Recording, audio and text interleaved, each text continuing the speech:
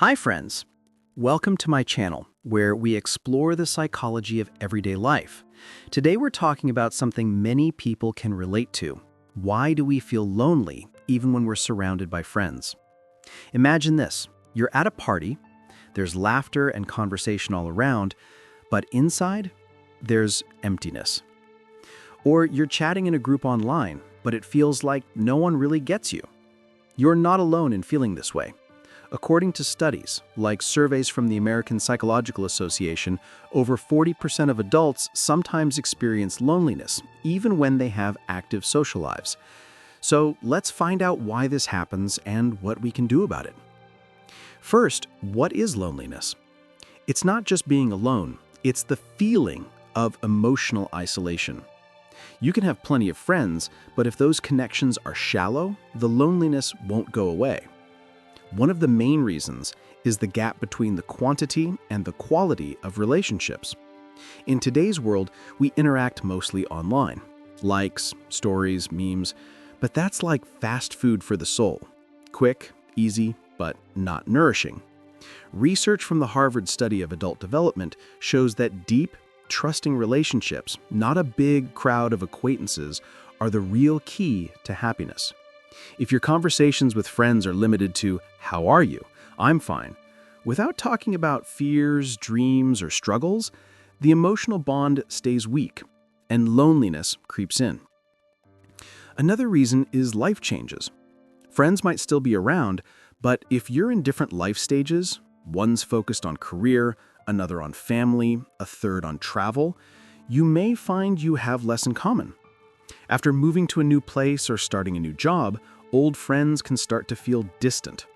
Psychologists call this social drift, when your paths diverge, but the friendship still exists in name only.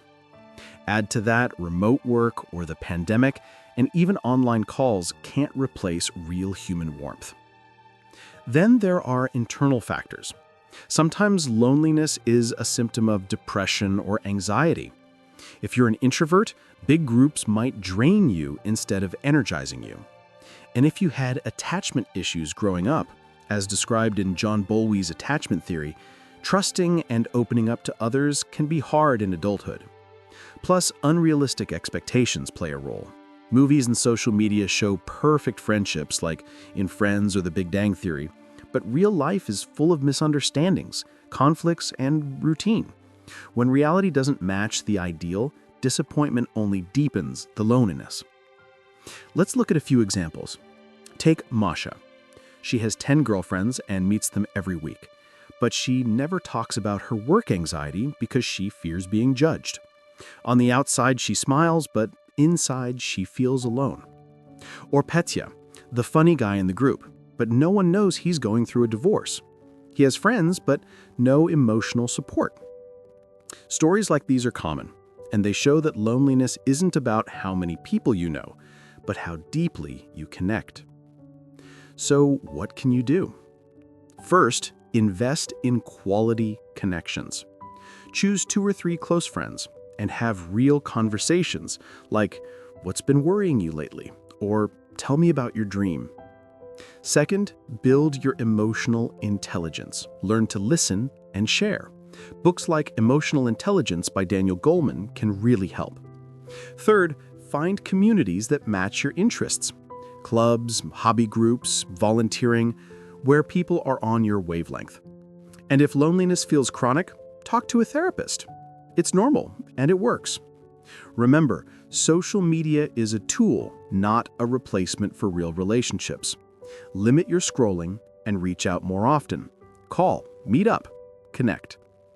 In conclusion, feeling lonely among friends is a signal. It's time to deepen your connections or rethink your expectations. You're not alone in this. Millions of people feel the same way. If you found this video helpful, give it a like, subscribe, and share in the comments. Have you ever felt lonely in a group of friends? Tell your story. Take care of yourself and of those you love. See you next time.